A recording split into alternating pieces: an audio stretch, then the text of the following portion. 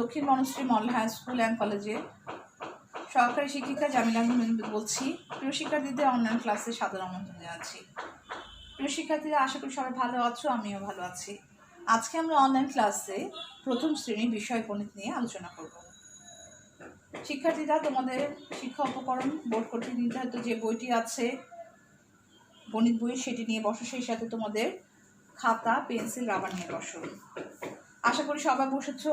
আজকে আমরা তোমাদের গণিত বিষয়ের জ্যামিতি নিয়ে আমরা আলোচনা করব। সবাই বোর্ডের দিকে দেখো। আজকে আমরা জ্যামিতির মধ্যে পড়বো হচ্ছে রেখা কাকে বলে, কোণ কাকে বলে, ত্রিভুজ কাকে বলে। দেখো, আমি প্রথম 1 নম্বর প্রশ্নটা লিখেছি। ক, রেখা কাকে বলে, চিত্র সহ দাও। পরীক্ষার সময় অবশ্যই আমরা যখন কোনো কিছু সংজ্ঞা দিবে, অর্থাৎ কোনো রেখা কাকে বলে এরকম যখন সংজ্ঞাগুলো থাকবে, তা অবশ্যই আমরা চিত্র সহ দিতে হবে। এই জন্য আমি লিখেছি চিত্র সহ দাও। এখন দেখো, রেখা কাকে বলে আমরা আজকে পড়বো। যার দৈর্ঘ্য আছে কিন্তু প্রস্থ বা উচ্চতা নেই তাকে রেখা বলে। অর্থাৎ যার কি আছে, দৈর্ঘ্য আছে কিন্তু প্রস্থ বা উচ্চতা নেই তাকে হচ্ছে রেখা বলে। চিত্রে এবি একটি রেখা।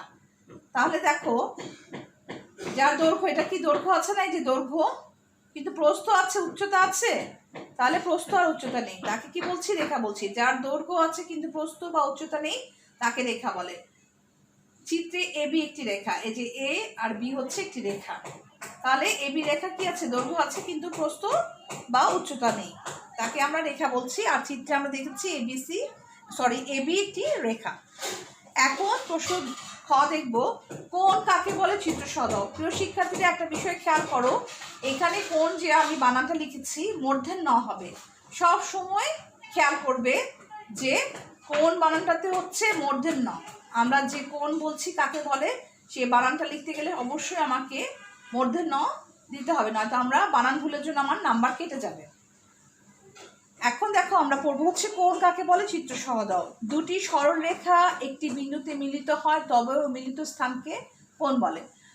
যদি দুটি সরলরেখা, কি এই যে একটা দুটি সরলরেখা যদি একটি বিন্দুতে মিলিত হয় তবে মিলিত স্থানকে কোণ বলে। চিত্রে এবিসি একটি কোণ। দেখো যে দুইটা সরলরেখা, এবি একটা সরলরেখা, আবার বিসি একটা সরলরেখা। এই দুইটা সরলরেখা কি হচ্ছে, একটা এই যে এখানে বিন্দুতে মিলিত হয়ে এখানে একটা কোণ উৎপন্ন হয়েছে। এই যে দেখো চিত্রে আমরা দিয়েছি, এটা এই যে এই চিহ্নটা হচ্ছে কোণ। তাহলে ওই মিলিত স্থানকে কি বলছে, কোণ বলছে।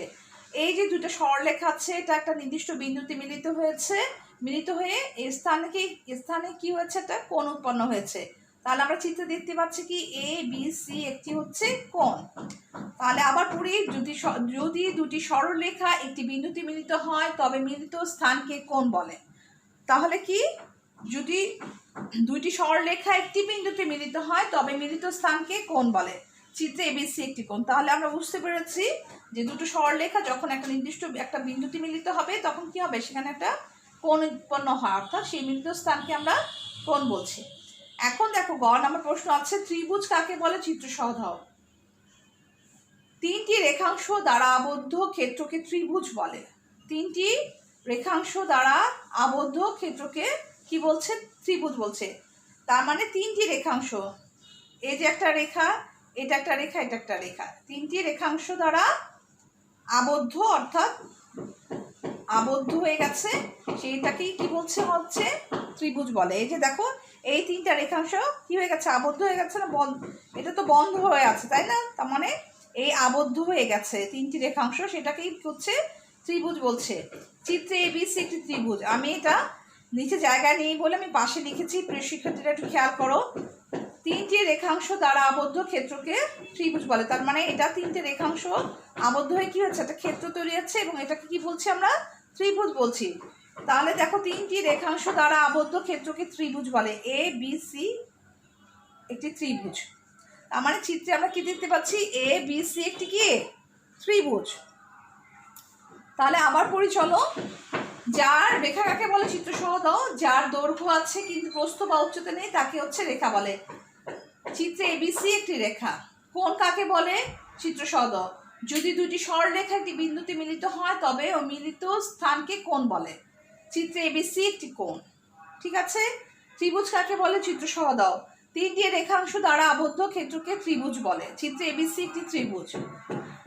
তাহলে আজকে আমাদের সিলেবাসে যে জ্যামিতি আছে আমাদের বার্ষিক পরীক্ষার রেখা, কোণ, ত্রিভুজ, এগুলো হচ্ছে আমাদের কাকে বলে আমরা পড়েছি, চিত্রসহ দেখেছি। প্রিয় শিক্ষার্থীরা অবশ্যই বাসায় ভালো করে পড়বে এবং লিখবে, এবং আশা করি তোমাদের বুঝতে কোথাও কোনো অসুবিধা হয়নি।